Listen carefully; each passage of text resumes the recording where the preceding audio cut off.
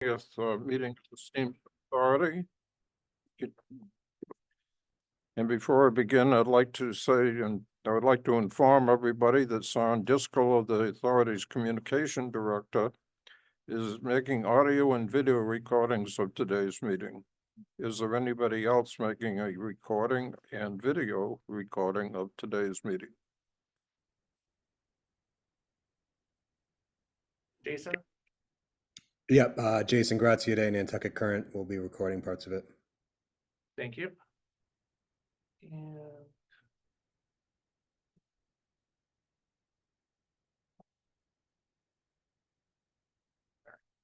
Unki, Unki Sonu from the Emmy Times. thank you. That's it. That's it. Mhm. No, so, well, Son has recorded all of those. Let me see. And I'll just, if so, please raise your hand icon on the Zoom dashboard if you are joining virtually or are joining by phone. Please press *9 on your keypad, and when you recognize, please state your name for the record. Thank you. Pursuant to Section 20 of Chapter 20 of the Acts of 2021 as amended, all members are presently here except for Maura Attorney, who will be joining us somewhere around 10 a.m. So right now, when Maura comes, we'll recognize her. And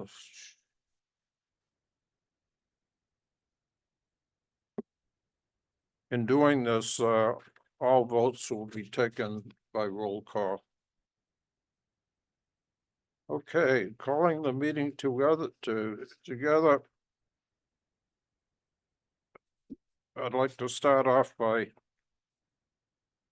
well, first let me do this, is introduce the board. Here is present who's Rob Rennie, Peter Jeffries, James Milken, and myself, Robert Jones, as chair. I'd like to have the approval of the minutes of the July 16th, 2024.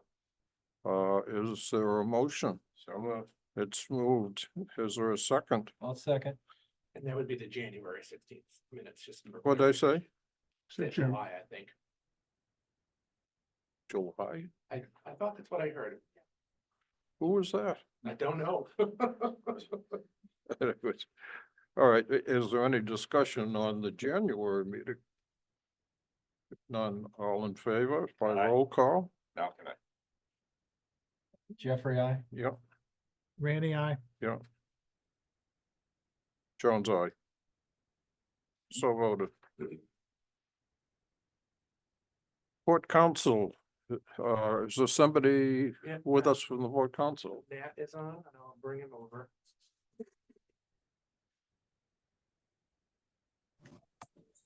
Yes, hi, Mr. Jones, Hi, and Nat. board How are members. you? Thank you.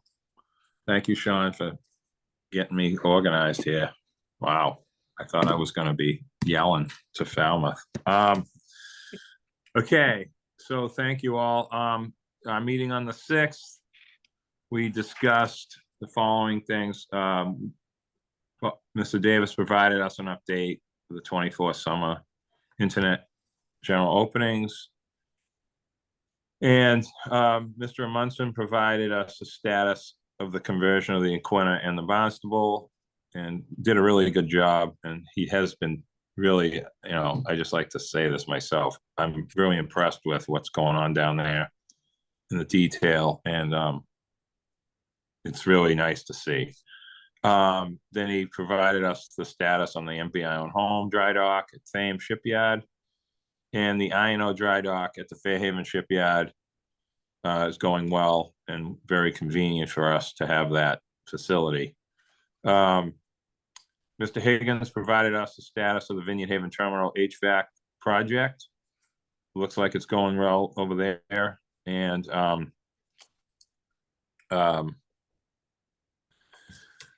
let's see, what was the other one? Sorry, I just had a phone call. I just had to hang up on someone. Mr. Davis and Mr. Driscoll presented a draft of the charitable giving sponsorship, marketing and reciprocal trade policy, which the Port Council voted to recommend to the board. Mr. Davis and Mr. Keneally noted that in accordance with the authority's licensing policy, the request from 41 North Offshore LLC to provide freight service from New Bedford to Binion Haven had been posted for public comment. No vote was taken at the meeting. There's quite a bit of information on that you guys will be talking about.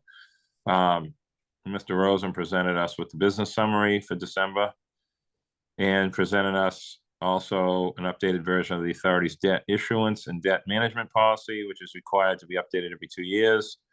And we voted to recommend the updated policy to the board. And Mr. Rosen noted that $1,031,104 in embarkation fees derived in 2023 from both routes. And there were other topics on the Woods Hole terminal and the building, etc. And that's it, pretty much. It was a good meeting and appreciate your time. Thank you, guys. Any questions for the Port Council? No. I guess there's no. Guess he's gone. No, I'm here. Oh, Sorry. anyways, Nat, good to see you sitting in that chair after all these years. Good to see you as well. All Take care, everyone. I'm gonna go back to work now. Take care, you guys. right. Didn't hear a skill saw.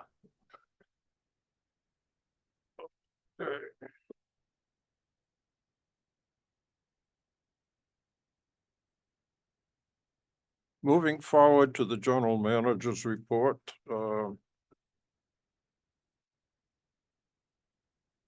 the 2024 summer schedule. Go.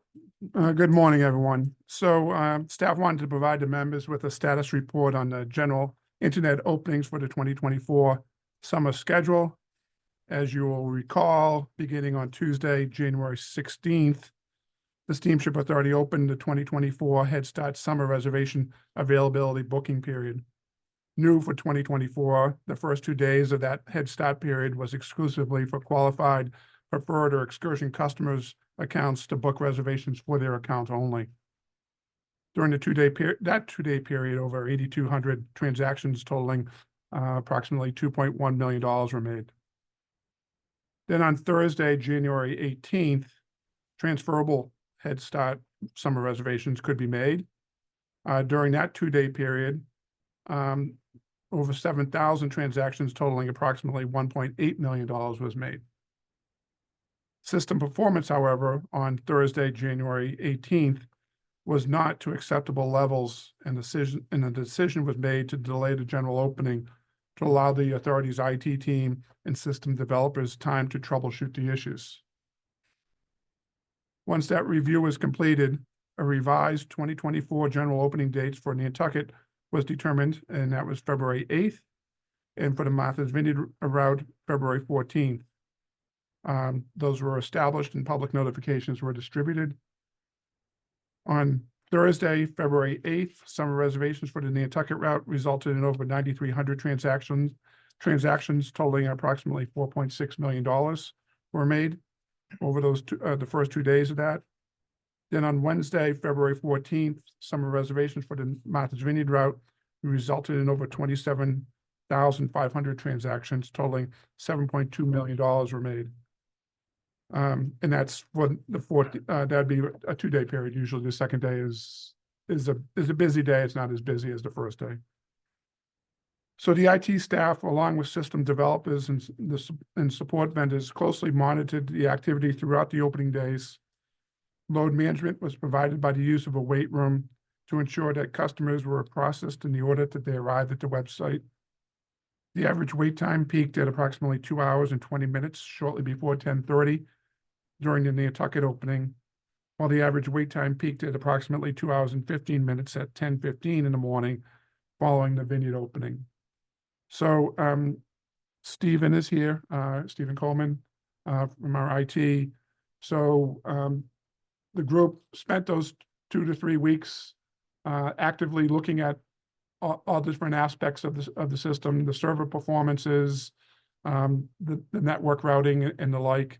And, they were able to get a far more acceptable level of transactions be able to be processed through the website between the internal staff and the vendors that we were and system developers. So, they were to be commended for the work and the excessive number of hours that they spent trying to go through and load test and the like. So with that, if anyone has any questions or Stephen has anything. Peter? So I appreciate you reporting as to what we've learned. I guess I have kind of 2 questions and then kind of a comment or request, and I'll leave it at that for you to answer. But the first is, what will we do differently moving forward?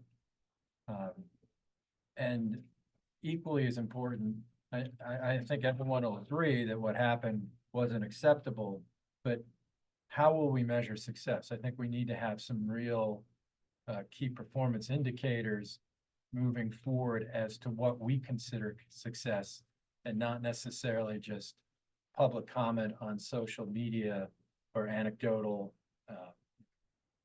complaints about wait time. I think we need to define what we will consider success. I mean, obviously, one is not pausing or delaying the reservations from when we announce, but I'd like to know, what will we do differently and how will we measure success moving forward? And to that, I think as a board member, I would like to see what is the plan for this rollout 60 to 90 days before we open the reservations, not talking about it, 30 days or less. I mean, the meeting before rollout. I want to know what the plan is 60 to 90 days out. Thank you. Okay, so I'll start, and if Stephen has anything to add. So I think in terms of your first question, one of the issues will be that we anticipate that we'll be on the new website to begin by time of next year. But I think a more robust testing plan is going to be developed, and lessons learned from this. The IT team and the developers all realize where some of the weak points are in the chain, and how best to manage those weak points. The issue is that we have, as I said, we had over 27,000 transactions done on the Vineyard opening, and that doesn't account for all the people that were there with multiple devices trying to get through at the same time. So trying to improve their lot, so to speak, and when they do it. So the emphasis this past few weeks has been on getting the system to a more acceptable level of performance. And then from here, we're going to be sitting down and going through and developing that checklist. I think that Stephen's already been working on putting together an action plan for the next opening. And then as for measuring success, as we continue on our efforts for the strategic planning, one of the KPI, or he mentioned one of the KPIs at least, will be regarding that performance. And so we'll be coming back at a future date on those.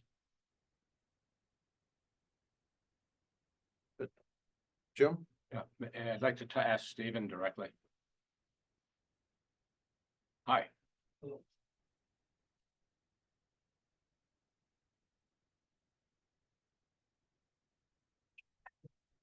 Whatever makes you comfortable. Standing with a laptop was never one of my greater attributes. So we had an issue. What did you and your team find out to be the biggest contributors to the issue that we experienced? So that's question one. And question two, from those learnings, what do you think about the entire IT review that we're doing, the whole IT look that we're taking, And how does that all then tie together? I want to get back to Mr. Jeffries. Sure, but you're gonna have to first. speak into the mic if you're there, because I'm hard of hearing. Yeah, to address Mr. Jeffries' Volume. question. Louder. Sure. I put together a 19-point plan that I will, Is that the live mic? Should be, why don't I just, we'll go the mic, and I'll just. Just or right? Yeah, so I put together a 19-point plan. We touched upon it as a group in a hot watch, but we have not finalized it. I anticipate within the next couple of weeks to provide a finalized plan to Bob, Mr. Davis. I'm certain that he will, as part of an incident report, and as part of that, I'm certain he will pass it along to the board. At the moment, it's 15 pages long. It deals with the recovery, the root cause, all work associated as part of the recovery, lessons learned, a plan of action. Yeah, we'd love to see that. Of course, that's my intent. I don't know if you want me to get into specifics. Vote. Some detail would be helpful for me. Yeah, I'll keep it as vague as possible, with as much specificity as possible for an open meeting such as that. Thank you. If you want me to get into greater. Later. So, there were five individual problems. First, the CMS database that was in the cloud Mhm. was underperforming. It was migrated back to the local network and to, can you, I'm sorry, I'm just getting feedback that people can't hear you. Could you take Mark's? Spot so you can, or so you can speak into a mic. Pull up a chair. I'll chair up here.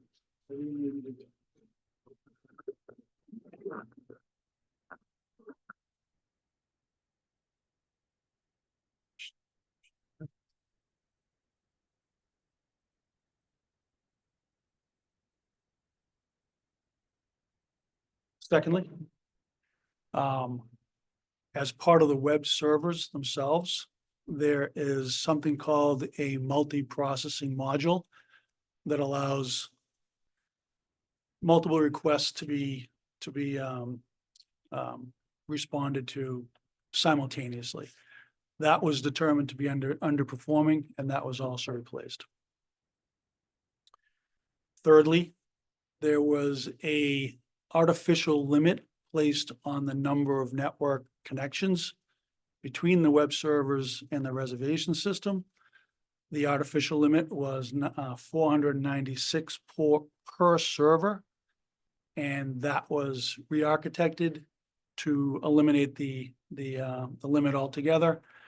And subsequently, based on modifications, was brought to a more representative limit of 3,000 per server. There were several web application calls to the reservation system that were modified and or tuned. And fifth, there was a segment of RPG code that had recently been promoted to production that was looping and causing a 65% CPU utilization on the reservation system. That in total was the problem. 5 things. 5 things. And that's so the second part of my question was, given that, what does that say about the whole IT issue that we're facing? Is there learnings from this that translate to that? Oh, without question, there's a considerable amount of learning that was done. To Mr. Jeffrey's point, a plan must be put in place. Policies, procedures must be created. More time and energy and resources must be put into testing.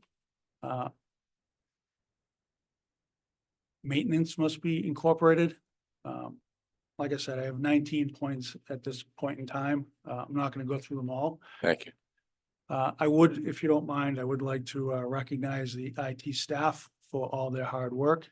Most notably, James Ashley, who's behind me, Senior Network Engineer, and Mark Thompson, who's not here today, put in an inordinate amount of time. In all, we spent 27 days, probably 27 days times 2 to get this in order. I'd also like to recognize all the hard work of all the vendors. Clearly, there are relationships in place today that serve the SSA very well, Great, well, thank you. of course. A quick question is, all of this is basically software related? There's nothing to do with, hard frame and things like that? It has the capacity to do what it needs to? Am I even on the right track? Yes, the infrastructure that you have in place today is sufficient, more than sufficient. Yes, in this instance, it came down to all software. Seems to me we replaced some of that about 5 or 6 years ago, something like that, but When we went into the new building, everything was replaced. yeah. Good, thank you. Any further questions? If not, thank you so much, and thank you for your diligence. Of course. Thank your team.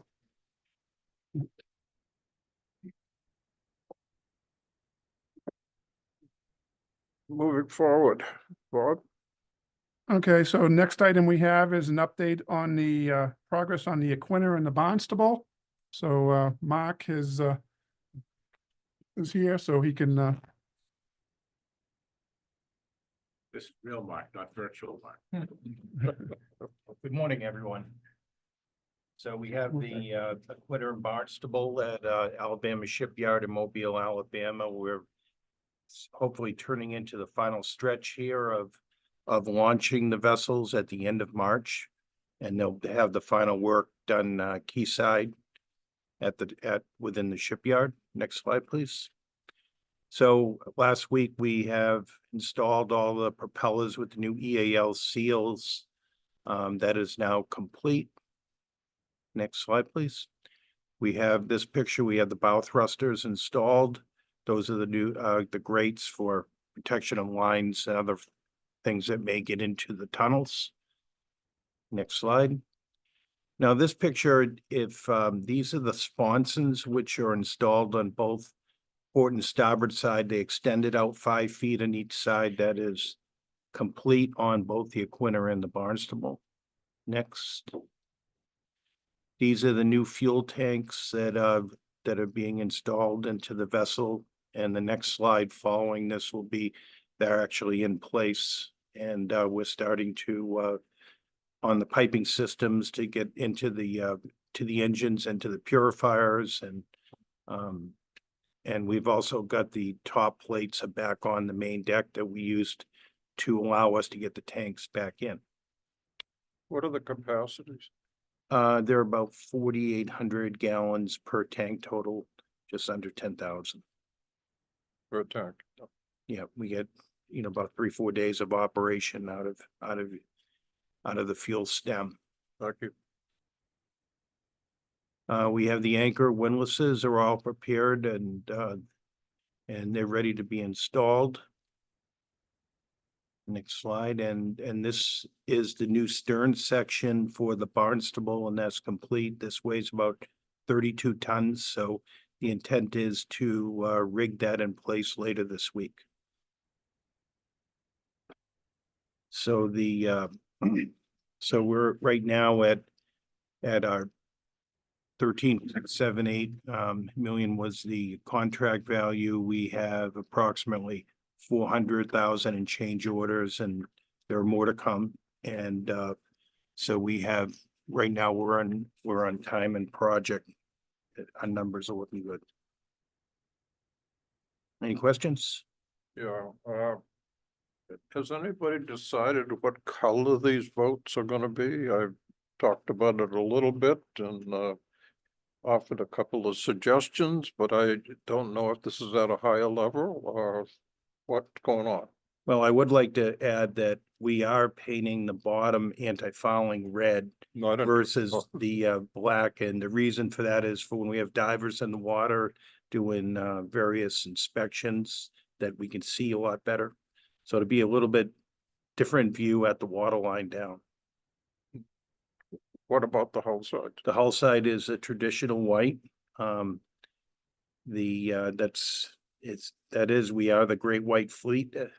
And that's been historical, and I think historical colors are very useful, you know, in recognizing the steamship boats. Well,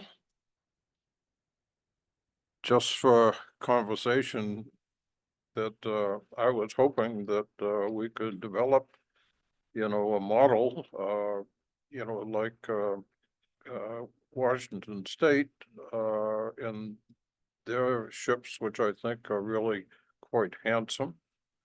I think the Iano is a beautiful boat. And I know when we brought it into the harbor, one of the our competitors said, you know, that I love the boat, but did you have to make it so damn pretty? And it is pretty and is a good looking boat. So if you're gonna, or if we are gonna even think about changing colors or putting more graphics in it or whatever, now's the time to do it, because it will go from, you know, every ship. But I just want to open that up and see if there's any interest in that. We'll continue with the Great White Fleet and be done with it. Any thoughts? What color are the Washington? I thought the Washington State ferries were white. No. They're primarily white, but they have a green stripe along the, around the, deck. The main deck. And they have their stacks are, have a green color, so. Right. We'll be going with the plan, the stacks on this will be buff.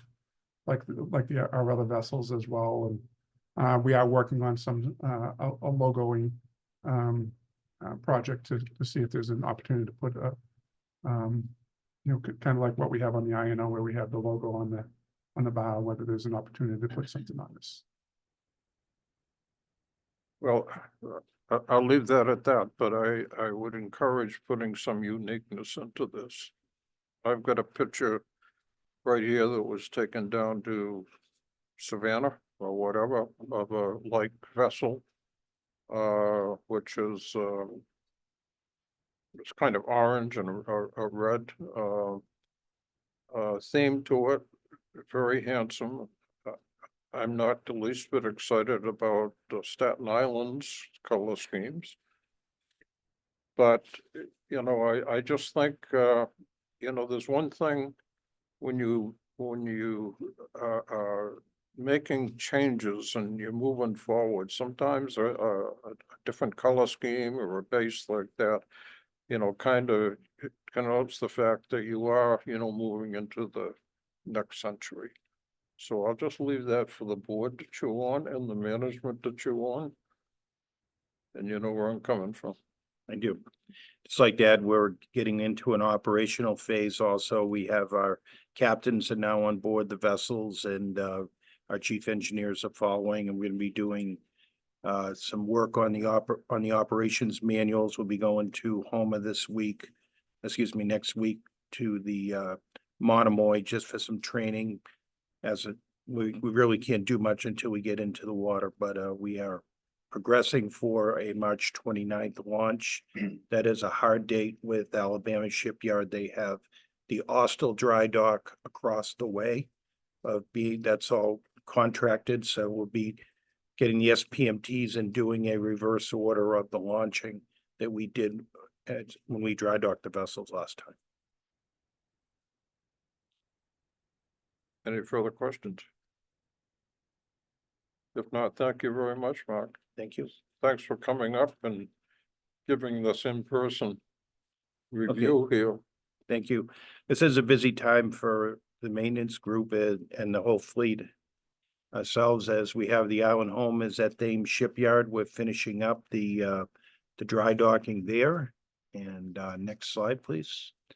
So it's so the vessel's all painted. She's going to be launching Wednesday of this week. Next slide. During the dry dock period, we drew both shafts and sent them down to New Jersey for maintenance refurbishment and replaced all the bearings on both ends. Next slide. We've done quite a bit in the passenger areas. This is a new floor area that we put in that's complete. Next slide. So the highlights of it, hull coatings, of course, bow thruster overhauls, main propulsion shafts, repairs and bearing replacements. And we've completed putting a new ultraviolet water purifier system in place.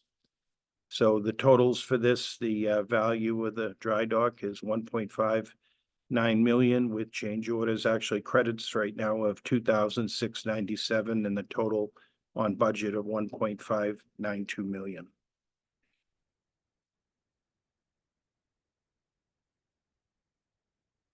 Moving forward. So next we have the INO, and the INO is at Fairhaven Shipyard. Next slide, please.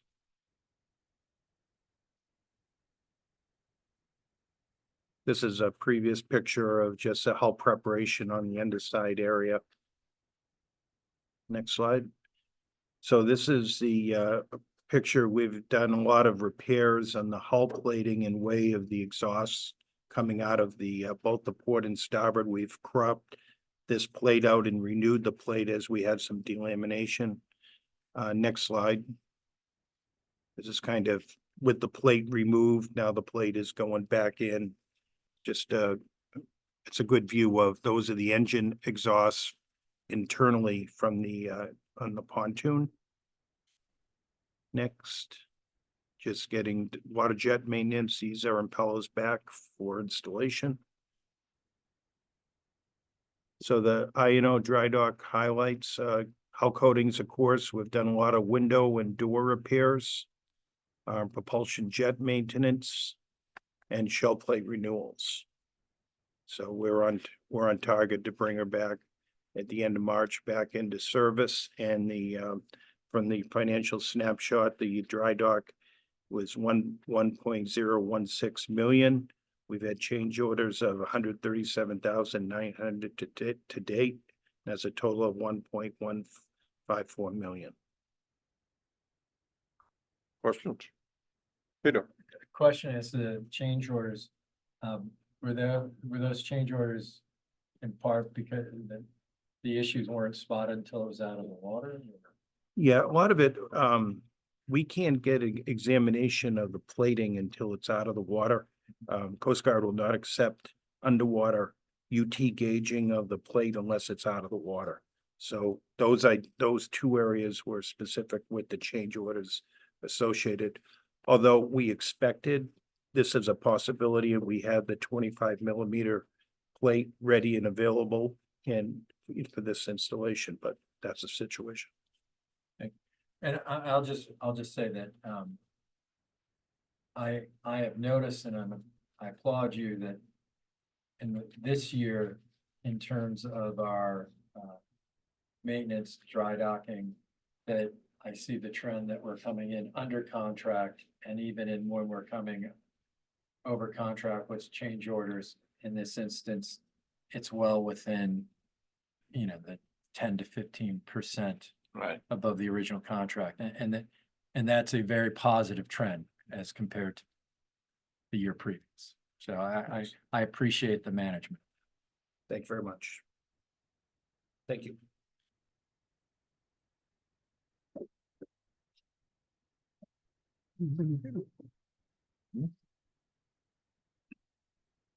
So next item is just an update on the replacement of the HVAC system at the Vineyard Haven Terminal. So we just completed the HVAC work over at the Vineyard Haven Terminal. Next slide, please.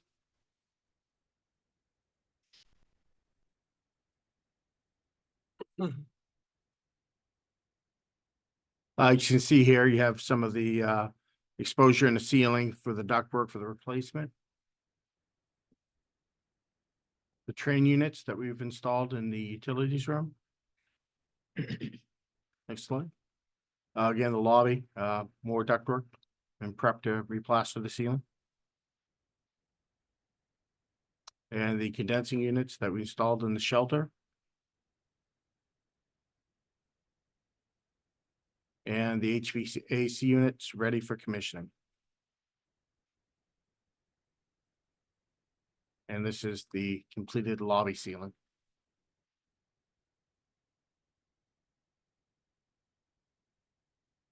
That's a pretty big system. It is. Harding and Smith did a really good job with the system. I know, it was, a little eye-opening what the cost of the project was. But I do think it'll serve our customers well.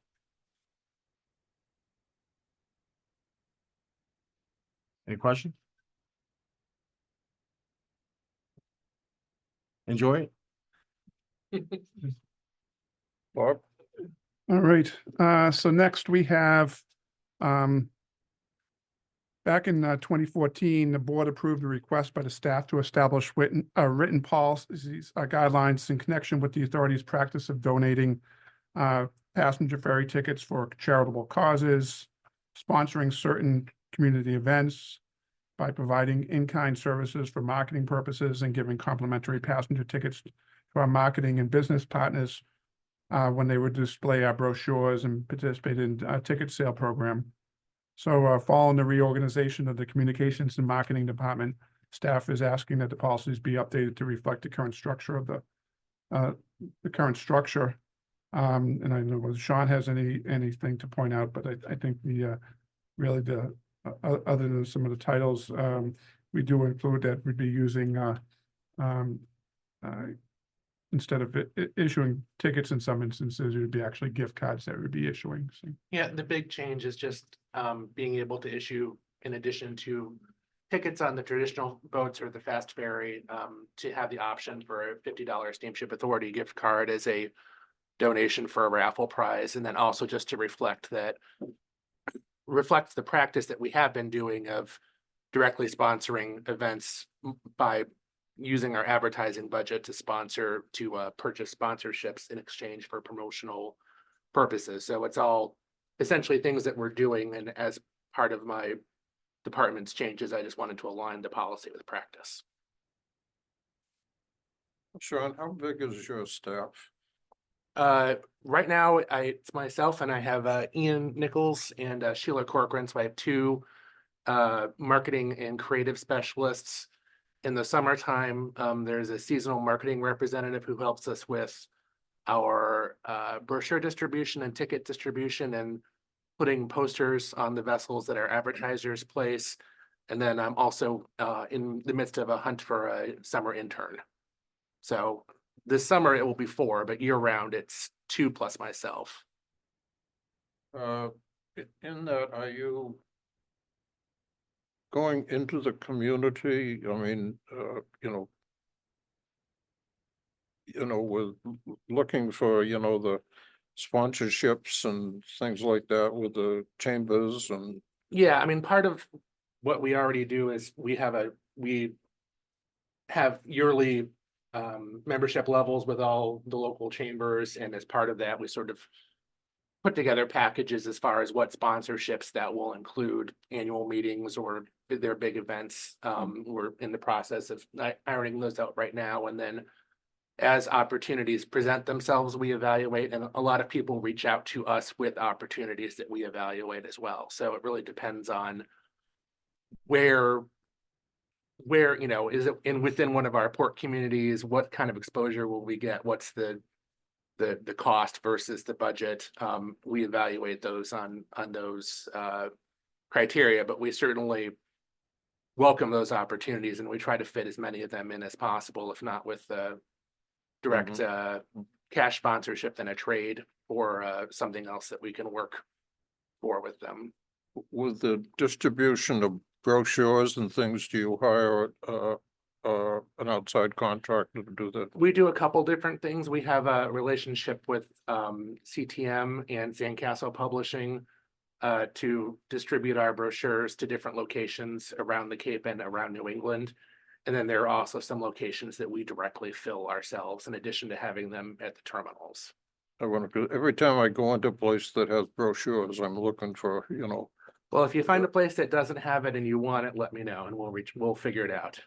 well, I can tell you one time I went into a hotel and I sponsored a reunion of Mhm. military guys and I told them I wanted, the brochures of the, of the INO because we had got a group ticket over there. Mhm. And that particular hotel reached under her desk to put one up. I said, why isn't that on the shelf? Mhm. Then I won't tell you why. Okay. I don't, tell me why later.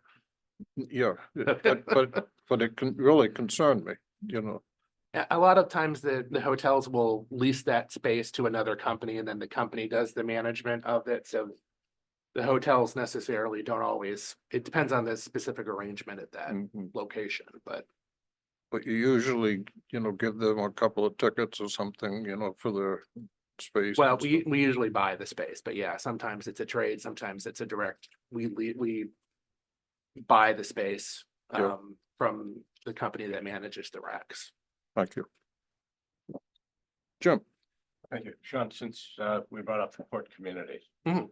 And I've talked about this before, I think we need to use some of your staff and some of the outreach to the port communities and focus on the port communities and the select boards and governing boards. I've met with select people from Falmouth. I've met with select people from Oak Bluffs and from Vineyard Haven. And a lot of those individuals are acting on old information about the Steamship Authority. They're not current with what we do. They're not current with things that are underway. The anecdotes that I get from them are 6 to 12 years old. Mhm. And I think it would behoove us to be very proactive in getting our messaging and this information, whether it's charitable, whether it's sponsorships, whether it's community involvement, in front of those people so they see us as more than simply a traffic jam creator. in their I community. agree, and that is part of the communications plan that you guys saw last year, and we're starting to execute some of those now. yeah. Well, let's execute faster and sooner. Thank you. I gotta back up what you just said, and it's absolutely correct. I found out when we started to go in to ask the town, to increase the length of our boat. Mhm. Instead of talking about that, they brought up stuff that's 30 years old. And anyways, that to get into the towns and stuff, I know I've got to readjust what I'm doing, provided I'm reappointed, because I haven't been reappointed yet. So in any event, it's important for them to, to be up to speed on this. But I think, in looking at the strategic plan, you're specifically charged with Yes. this thing here, Mhm. which is gonna be a big help, but we all gotta be, carrying the flag. Correct. So, thank you. Peter, Just is the criteria for when you're evaluating, whether or not to sponsor or donate, is that written criteria? It is, I don't have the staff summary in front of me, but it's Okay. in the policy. Oh, okay. Yeah. What I would find helpful, and not reporting out right now, but, once a year so that we can judge as a board how well we're doing both in following that criteria as well as what is our reach through this program. If we could have a report as to what charities did we sponsor or donate to, as well as those that we made requests, but if we denied any. Yeah, as part of this moving wholly within my department, I'll have better tools to be able to report that out in the future. Great, thank you. anything else? Bob? Just a vote if I'll move for the approval. I'll second. Thank you. It's moved and seconded, to accept the general manager's report here, marketing. Sid. All in favor by roll call? We're approving the policy, is that right? That's what I moved for. Yeah, you'd be approving the revisions to the Okay. policies that are included in the staff summary. Okay, Good, that's what I moved. I thought I- That's what I thought. starting with, Peter, I, we didn't make the motion, did we? No, Yes, we have a did. motion. Yeah. Thank you, Peter, I, Jim, Aye. Rob, Randy, Jones, aye. Thank you. Thank you. Okay. Bob, 41 North. Okay, so we just wanted to provide a brief update here on the request from 41 North Offshore to provide freight services to the on the Martha's Vineyard to and from the New Bedford. We have placed advertisements in the New Bedford Standard Times, the Cape Cod Times, the Falmouth Enterprise, Vineyard Gazette, and Martha's Vineyard Times, as well as on our website and in the E-News. The notice had read that the Steamship Authority is seeking public comments regarding an amendment to the authority's licensing agreement with 41 North Offshore LLC, doing business as Island Freight Line, to operate a freight-only ferry service between New Bedford and Martha's Vineyard. Currently, 41 North is licensed to operate a freight service between New Bedford and Nantucket through December 31st, 2026. 41 North seeks to amend its current license to include freight-only ferry service between New Bedford and Martha's Vineyard. We were accepting written comments originally were due by February 16th, but we have received quite a few, so we'll keep that open for another week to get those comments in.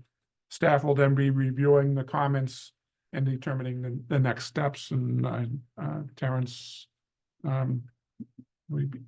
myself, again, this isn't anything for vote. It's just a acknowledgement that we're following the licensing procedures that are established for a request of this nature. Jim, So I have a question. As you're aware, you've had a lot of comments from the town of Tisbury. My question is as follows. We currently have a barge service that operates by RM Packer Company, Tisbury Towing, between New Bedford and Martha's Vineyard. Last year, they made 256 trips through the Swing Bridge and 50 trips with modular homes in addition to that. So the service exists. And in the public comment or in your management research, it would help me if we could get more data about what it is that 41 North wishes to do in terms of demand. Because if I see we currently have a service that's on the island that is running barges, that in addition to those trips also took vehicles that were over width and over height that we couldn't accommodate, and also ran jet fuel trips when our airport, like Nantucket's airport last year, needed more jet fuel. So it seems that we have an existent barge service. And so I'd be interested in knowing what other demand is out there that 41 North is getting specific data as much as possible so that I can make an informed decision. I am by no means adverse to barge service between New Bedford and Martha's Vineyard. I just need to make sure that it makes sense for everyone involved. The town of Falmouth, the town of Tisbury, the Steamship Authority, and all parties concerned. So thank you. I have a question. yes, Is Packer licensed by the steamship now? He currently does not have a license to transport vehicles unless they're associated with oversized materials that he's bringing over. So for instance, if he's bringing a modular home over on his barge, the vehicles that are required to move that modular home can be transported. But beyond that, there was an issue a number of years ago, which we had Court. seek some relief from the courts on that, so. have I? Yes. In terms of our licensing authority, even if a third party were to use not our wharf, but still bring freight to the island, they would still have to seek, I believe they would still have to seek a Right. license. through us. Correct. So separate and apart, I mean, my understanding of some of Tisbury's concern is the offloading of freight at the steamship authorities dock and its impact on traffic patterns there, and not necessarily freight in general coming on to the island. I think that's one of the issues One- that Tisbury has. So, I mean, clearly, I would think that the town of Falmouth would get behind any Tisbury concerned about restricting freight coming to the island, the amount of freight coming to the island, at least between the steamship authority ports, but I guess it would be helpful to me to know too, is what, I mean, is 41 North, are there other options other than 41 North in this license coming and using our water rather than just seeking a license from us to do the freight? I would suggest that maybe we facilitate them exploring that as well, because that could meet the town of Falmouth's needs and some of Tisbury's concerns. No, and I agree with everything you've just said. Again, I'm not against a barge service. If there is an existing barge service, if Packer, Tisbury Towing, a local vineyard employer, needs more in terms of licensing to provide the service, we should let them know that. They think they can do it, I've been told. If they can't legally, then they should also look for a license, I would suggest. But again, I need more data. Is the proposal from 41 North to have vehicles come over driven or undriven? Because if they don't have a driver with them, we have no place to stage them. And I need more information, and I look forward to getting that through the process. Yeah. Thank you. And again, this was just a notice that we want to make sure that we crossed the Ts and making sure we've gotten as much notice out there about this potential service, and we'll be reviewing comments and then determining next steps, whether it's a hearing or straight to a recommendation. I expect that we'd probably be doing it. And I We'll be doing a hearing. one further question. When we were talking about the Edgartown ferry operator who was looking to come into Vineyard Haven several years ago, there was some discussion about whether they needed permission from Tisbury Waterways to do that. That was the passenger service. Pardon me? That was the passenger service for Right. the inter-island service. They were Yeah. calling it. But they needed permission to operate in the Tisbury Waterways from the town, I believe.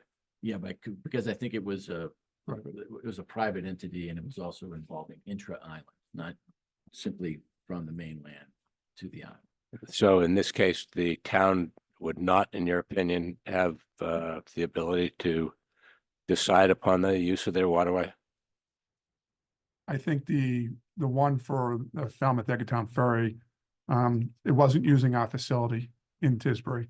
Correct. Or Plus, it was using a separate pier that would be within the Tisbury Harbor, as opposed to, the federal channel extends up to our slips. Okay. Thank you. This is really a bigger agenda item than what we have in front of us here. And the major part of this here is the enabling legislation, which basically, gives the authority to control freight. And it started out, I think, at anything over 100 tons had to be licensed. And then it reduced down to, I don't know, 40 or 50 tons or something like that. And then it basically said that all freight needs to be licensed by the authority. And I think in thinking in the long term, and if we give little pockets of authority and things like that, looking at the big picture, that we're taking the traffic away from the authority, and it's affecting our bottom line. So you've got to know the impact of what every one of those licenses be, and even stretching to the fact when we went out for an RFP to develop freight from from New Bedford, we never did an impact statement. So the question being, you know, an entity like that who starts carrying freight, and let's say they took 10, 25%, who knows what, away from the traffic. With freight, you're not gonna generate new freight by advertising. You can do that passenger wise, but there's only a finite amount of freight trips that are gonna be to go to the island, and that'll all be predicated upon the demands of the island, how much they want to import and things like that. So when, let's say they took 20% of the market, that means that, of course, they're going to have to pay whatever that rate is from New Bedford, you know, to the island. But it's also is what we lose. We're gonna have to make up either by the ratepayers to keep the same level of service, number of trips and things like that. It's a bigger problem than just saying, well, we'll give one contractor permission to do this and the other. It's a bigger item. And the enabling legislation was very specific as to what the freight and the control of the freight. So it's, of course, the mainland and Woods Hole and maybe Barnstable would applaud some of that. The ratepayers and the people buying bread and butter on the islands and fuel and things like that, it's going to hurt their pocketbook if we're running the same level of freight. So I'll leave it at that, but I think it's a bigger item. You can go. Again, for informational purposes only, and we'll be coming back at a future date. Thank you. I got that. I just gave you some information. Providing it. Yeah, we're here to help. Thanks. I can use it. And I think that does it for me for the moment. Okay, moving on to the treasurer's report. Results of operation. Mark. Good morning again. We have the business summary for the month of December, and i.e. the end of the year financials. And as a reminder, these are unaudited financials, and we're in the process of doing our annual audit with RSM as we speak. So for the year, passengers on both routes combined were up 0.6%, or just over 18,000 passengers. So vehicles, passenger vehicles on both routes combined were down 1.2%, or just over 6,900 vehicles. And on both routes, we can see that the standard fare autos were down and the other categories were up. Freight vehicles for both routes combined, and all these statistics are one way. As a reminder, we're up 2,400 vehicles, or 2.5%. Cars parked were up 1.1% for both routes combined for the year, or 1,758, with the Vineyard route being up and the Nantucket route being down this year. Trip summary for the year, we had 154 trips canceled for mechanical, 313 for weather, 286 for traffic, and 277 for crewing this year. The mechanical comparison this year to last year, this year we're at 0.6%, and last year we're at 0.52, while the weather is cancellations due to weather were down this year. So pretty similar results. Financial snapshot for the year. We had operating revenue of just over 137,100,000. That was lower than budget by just under 500,000. Other income of 9.5 million, which was higher than budget by just under 2.3 million. Operating expenses, almost $128 million, was lower than budget by 4.7 million, and we can go into that in a couple slides from now. And putting this together, we had a net income of $16.3 million, which was higher than budget by 7.3 million, It's really, looking at the operating expenses and the other income that's driving that budget variance. And we did have $6 million in capital grants received, and that was for electric buses and the ferries that we're working on.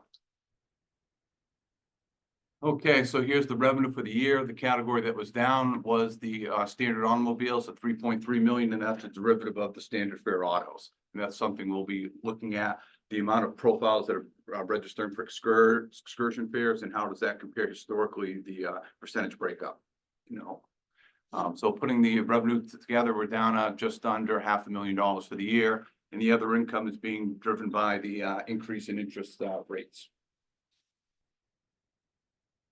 On the expense side, maintenance was up 1.6 million, and a lot of that has to do with the acceleration of expenses from 2024 into 2023.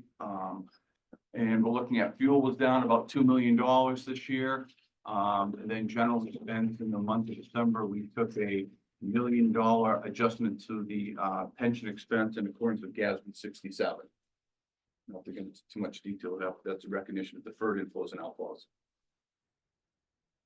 So passengers carried for the month of January for both routes were up 1.5%, or 1,840 passengers. And vehicles on the Vineyard route were down 4.2% and 2.9% on the Nantucket route. And with that, I'd be happy to answer any questions anyone has on the business summary. Any questions? Yeah, nicely done. Thank you. Yep. Next. So next on the agenda is the debt policy. Every 2 years, we update our debt policy. On the even years, we do the debt policy, and on the odd years, we do the investment policy. In your packet, there's a red line version of the policy, and the items that change is item section 5, which is the amount of bonds outstanding and the debt limit. And section 10 is when the investment policy was last updated. We have a $8.3 million in principal that's due March 1st. We've already put the request in for the payment on that as well. So we're looking for approval from the board to approve the debt policy. Any questions from the board? Just one from me. Coming through this thing, it mentioned about floating the bond and negotiating. Have you ever got into negotiating the price of the bond? Well, we use our fiscal advisor, Unibank, and they put it out to bid. Hmm. So, But it's you a bond never bid. get We into don't, no, we don't see it goes out to bid, and we don't know who's the low bidder until Unibank comes back with us with the pricing. So you can't negotiate after that fact. So actually, Yeah. the state's administration and finance, in order for us to do a negotiated issuance, we'd have to go to A&F and get approval to do so. There was a time back in the early 2000s where the bond market was a little funky at the time, and so we did go seeking permission, but we didn't have to use that. We did it on a competitive sale basis. Thank you. And our last issues have been very competitive with the amount of bids we've received, so. I imagine. And there's no availability right now for any refunding for the current way the interest rates are. So anyways, we need a vote on this is for the reauthorization of the debt insurance and debt management policy. Or is there a motion? Yes. It's made by Jim, second. Second. Second by Peter. All in favor, roll call. Jeffrey, Jeffrey, I. Milken, All right. Randy, Randy, I. Jones, aye. Pass. Thank you, Mark. And then last is the update on the embarkation fees. So this year we collected $1,031,000 in embarkation fees, which is down 1.7% or 18,000 from the year before. Even though our overall passengers were up 0.6%, it's really driven by the amount of exempt passengers, which was increased 6.3% on the Vineyard and 6.9% on the Nantucket route. Those are the excursion fare tickets, school groups, things like that. And in the packet, there is a breakdown by year since the inception for each port community. And I'd be happy to answer any questions anyone has on that. Yes, would you, yeah, Jim, definition of exempt, just so I'm clear. An excursion person gets 2 riders in a vehicle. Those 2 riders are considered to be exempt. 2 adults, 2 children, so it's 4, up to 4 total, 2 adults and 2 children. So those Those are, are considered to be exempt passengers. yes. Anything else? You have the commuters. Yeah. And then you have the school groups in general. Those are the, Those are exempt. Thank you. It's quite, last I heard and the increase is at committee and the embarkation fees, do we know where? that's what. I mean, I know it's outside your scope, just curious to Terrence or Bob, do you know? So the last I heard, last week, was that the bill that, Senator Sayre had filed, was being reported out of committee, and, I believe there's gonna be a hearing, towards the end of April, on that. I had not heard, the status of the bill that, Representative Diggs had put in, relative to the Hyannis Fire Department. any further questions? Moving on. Thank you. Let's see. Procurement. All right, so, couple items for procurement. We're seeking approval from the members to authorize the general manager to purchase 2 35-foot low-floor electric or hybrid transit buses from Gillig LLC of Livermore, California, for a total price not to exceed $2.4 million. This is a continuation of our green efforts. We'd like to purchase 2 more electric buses. It would coincide with the authority's replacement schedule for our current bus fleet. To begin with, we had ordered 3 buses from BYD back in 2021. Because of COVID and supply chain, those buses weren't delivered until this past summer. In 2022, we had ordered 4 additional electric buses from Gillig, to bring our fleet to 7 electric buses. Those were delivered shortly after the BYD buses earlier this year, in 2023. The 7 electric buses right now have been assigned primarily to the Martha's Vineyard route, because when we brought one of the buses down here to Hyannis, the bus drivers expressed concerns over the maneuverability, the turning radiuses of those buses. It has longer wheelbases than what we currently use down here. So Allison's has been working with the vendor, and you can come up if you have anything. So we're finding, and we had a conversation with the Cape Cod Regional Transit Authority, because they use Gillig primarily as their shuttle bus fleet. And they are using a Commonwealth of Virginia contract with Gillig on the electric buses. So we'd like to get authorization to get that. I think as of Friday, we're still waiting on confirmation on some of the final pricing. Correct. They were having issues with vendors themselves on getting quotes for different parts for the buses, as everyone seems to be unfortunately at this point having, so.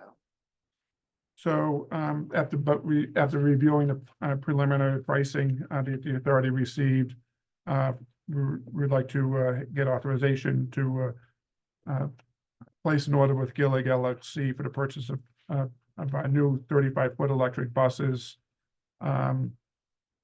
Subject to the final pricing, but not to exceed $2.4 million combined. Is there any? Jim, No, I'd make a motion to do that. motion is made by Jim. Is there a second? I'll second it. Is it seconded by Rob? All in favor, roll call. Jim, Aye. Rob, Rainey, aye. Peter, Aye. and Jones, aye. Thank you. So passed. Thank you. All right, second item is to request a vote of the board to authorize the general manager to execute a purchase of shore-based spare parts under PO 31195 for the propulsion and reduction gears for the MV Aquina and MV Barnstable to Ships Machinery International of Miami, Florida, for a total contract price of $406,298.01. The inventory shore-based spare parts is needed to support the operations of the new OSVs. The parts include propulsion control parts, electrical parts, clutches, pumps, bearings, and thrust pads, hydraulic couplings, pumps, and other critical electrical circuit boards. The items were included in the 2024 capital budget that was presented. Excuse me. At that time, we were anticipating those to be $405,749, but there's been a slight increase. SMI, or Ships Machinery International, is a sole source company for parts and service for Bruno in the US. We've included the letter from Bruno identifying them as a sole source. So, and Mark's here if you have any questions regarding the parts that were being ordered, but we're looking to get authorization for the general manager to execute the purchase of shore-based parts for the MV Aquina and Barnstable from Ships Machinery International of Miami, Florida, under PO 31195 for a grand total of $406,298.01. Any discussion? If not, I absolutely love this. One order and you're servicing 3 ships. Amen. I mean, it couldn't get any better than that. Before ships. Maybe. Okay, so is there a motion here? Moved? Jim, seconded, all in favor, Rob, Randy, I. Peter, Jeffrey, I. Jones, aye. Okay. Thank you. Thank you. And I think that's it for procurement. Okay, I asked to give me a slot here to talk about a couple of things, and the first one is to get a meeting with the IG on the open meeting law and all of the other legal actions of conflict of interest and ethics and everything they can throw at with the board. I would set a date, but that's not going to be doable. It's going to have to be redone. 2 members cannot make that date. So I'd put that back into Monica's hands or Terry's hands or somebody else's hands other than me. See if we can establish it. I assume that everybody is agreeable for doing this. Okay. So there's no action necessary on it, but the second part of this was that we've talked a couple of times, you know, that we as a board really don't know each other as a board. We know each other through a television screen, and over the COVID and things like that. But talking about developing a workshop for any subject that anybody wishes to talk about. And I'll give you an example. One of the things I would like to talk about is the procurement of our fleet of ships. Now we got 10 ships. And if we develop the Woods Hole as a class, that would be something like 4 or 5 ships as a class. And I'm understanding that I know that we paid around $40 million a few years ago for the Woods Hole. It's projected that it'll be another 20 to get the same ship, and also another 15 or 20 for electrification. Is that correct? That's correct. So now you can take your napkin out for simple multiplication and look at, $500 million to $750 million that we're talking about here. And our budget can't float that. And I thought about, bifurcating that project totally out of the budget. Because our budget is increasing as we speak every year, sometimes across the board and whatever, so you got just limited funds here. So now how do you fund this thing? The obvious things will be bonding. State, federal. Private equity funds. I mean, I don't know where it's gonna come, but this whole project has to follow the money. It's nothing without the money. And it's not only the ships themselves, it's the infrastructure. Would the towns be interested in partnering like, I think Portland did, with, the boat up there in Maine? What was the name of it? Casco Bay Line? Thank you. Yeah. The Casco Bay. So that's a discussion item. Going back is, I find we approve things here without really doing a due diligence on the impact of what we're talking about.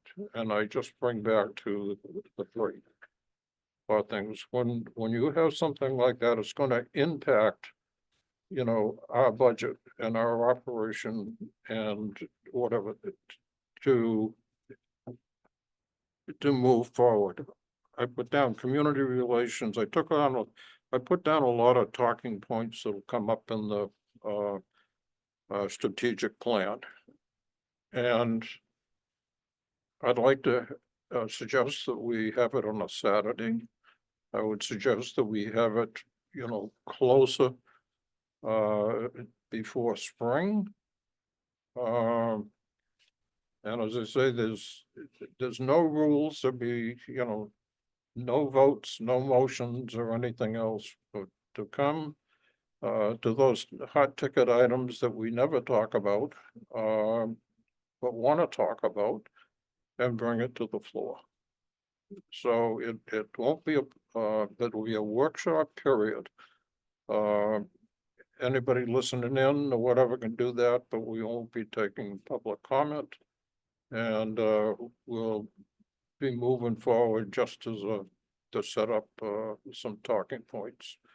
So if I have the support of the board, we'll do this, and this obviously calls for the Port Council. So your thoughts? Any thoughts? Good, bad? Why is everyone looking at me? Because you're on the board. You're the elder statesman. Yeah, no, it's a good idea. I wouldn't say that I make decisions uninformed or I don't do my due diligence, because I certainly do that. But yeah, I mean, it's sure. I don't think it was an accusation that you don't. Nothing to do with that. That's fine. Peter, sure. I think it's fine idea. I said this before in a number of places. We've got huge capital things coming down the road. Not only do we have to educate the traveling public, but we have to educate our appointing authorities. We have to educate the boards of select people. We have to educate ourselves. And we have to find sources of funds for the IT issues, for the boat replacement, for the electrification. These are long conversations, and we'll need certainly, I mean, you talked about private equity, you talked about various funding sources. There's lots of stuff where we need some expertise as well, even to figure out what the issues are and the questions that we have. Right. But I think it would take some organization, some thought on the board's part to guide this. So yeah, I would welcome the opportunity. Okay. And like Rob, I don't feel like I'm underinformed. I just think we're going to be grappling with big numbers here. It's beyond what we're doing. Peter? Well, I mean, I'm all for the open conversation, more thought. I mean, with Jim and Rob, I do feel like I do my due diligence and in reviewing the items, but I do think a longer conversation is needed for some of this too. Is I think the board This will help the board set the agenda of our meetings and what policies and priorities we want to tackle, rather than having it on an agenda to us the Thursday before our scheduled board meeting. I think it'll also give us an opportunity as we look to see what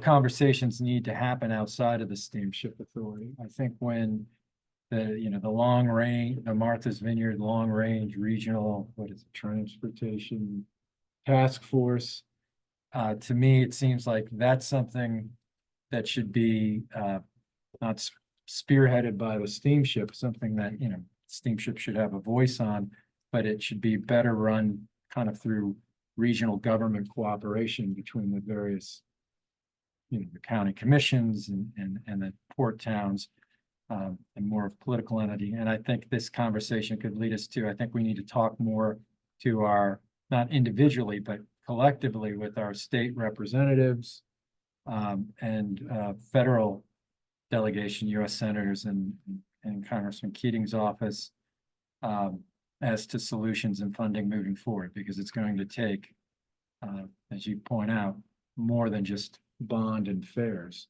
to meet our capital needs moving forward. Well, I don't know where this is gonna go. It'll all go for what you just said and Rob just said and Jim and, whatever, but I think we need to tackle this type of problem, we gotta start here. When we went to the vineyard, very nice, presentation and things like that, but the answer to, well, we know it's gonna cost money. Well, on the back of a napkin, we're closing in on $1 billion. I mean, that takes a whole different approach to where we're going. And is it the smartest thing in the world that we do? Should we're talking about hybrids right now, but that only, to me, covers half of the problem. So this is the type of a discussion that I hope we have at that meeting. And that it's worthwhile and beneficial. If it isn't, I got plenty of things to do with my time. So, and I didn't mean to accuse anybody, even think that you didn't. I know you do your due diligence. So anyways, if that's agreeable to all, we'll schedule it. Okay, well, I'll only point out one thing regarding that. It's quite clear from our enabling act and the legislation that we'd be funding it through internal funds, through bonding, or through capital grants. It would not be a private equity firm. But no, this is part of the thing. When you put something on paper, you can erase it. You can change it. You can change it. It's just like our bylaws. Our bylaws, and by the way, we should all read our bylaws because I read them the other day when I'm asking Bob to put this thing on the agenda, and he said, well, I can squeeze you in here. I said, you could squeeze me in here, and so I read the bylaws, and basically the bylaws says the authority will be run by the members and the board. So we're an integral part of this whole organization. But this will bring up more things, and we can't do it without talking about it.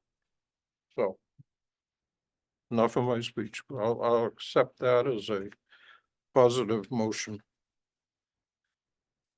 Thank you. Moving on. Yes, I'm sorry. I have 1 minute, one old business item to raise, if I may. Yeah. My question is, because I don't want to lose momentum. When will we begin getting the strategic plan, team leader reports as to where we are in the status of development and implementation? yeah, so I know we're only 1 month away from the approval of the strategic plan framework. yeah. Right? So we'll be meeting with Raftillis, the team from them in the coming weeks. And then we anticipate having the first quarterly report at the April meeting. Thank you. Okay, any new or old business? Seeing none. Thank you for this, Bob, by the way.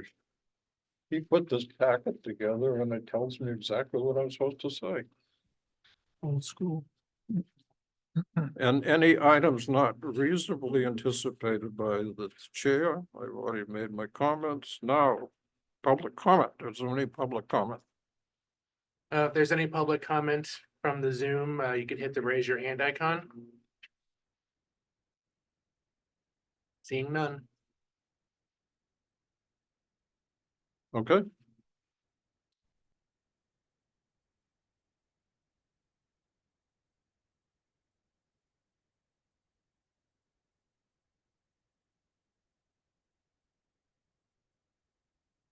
Okay, what do we have here? We have bid summaries for contracts and purchases order over $25,000, Bob. Or Mark. Yeah, those are materials that we've provided all the boards in their meeting Right. packet, so. Okay. This is a statement to go into executive session. I'd like to entertain a motion to go into executive session to discuss and approve the minutes of the authorities meeting in executive session on January 16th, 2024. And to review the authority's strategy with respect to deployment and security personnel or devices, real estate development, and collective bargaining negotiation, because a public discussion of these matters may be detrimental effect on the authority's security plans and its negotiating and bargaining positions. These matters include the discussion on the deployment of security personnel and devices on the related strategy thereto. And number two was anticipated an ongoing negotiation with the steamship union, local number 459, and the MEBA district number 1PCD. Public disclosure of any more information with respect to these matters would compromise the purposes for which the executive session is being called. After the conclusion of the executive sessions, we will not reconvene in public. Again, may I have a motion? Moved, Second. seconded. Any discussion? Roll call. Jeffrey, I. Randy, I. Jones, aye. It's so moved. You know,